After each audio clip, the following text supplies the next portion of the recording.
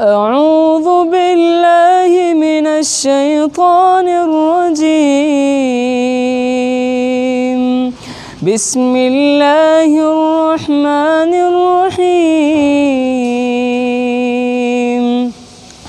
إنا فتحنا لك فتحا مبينا ليغفر لك الله ما تقدم من ذنبك وما تأخر ويتم نعمته عليك ويهديك صراطا مستقيما وينصرك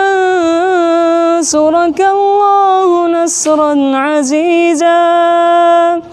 هو الذي أنزل السكينة في قلوب المؤمنين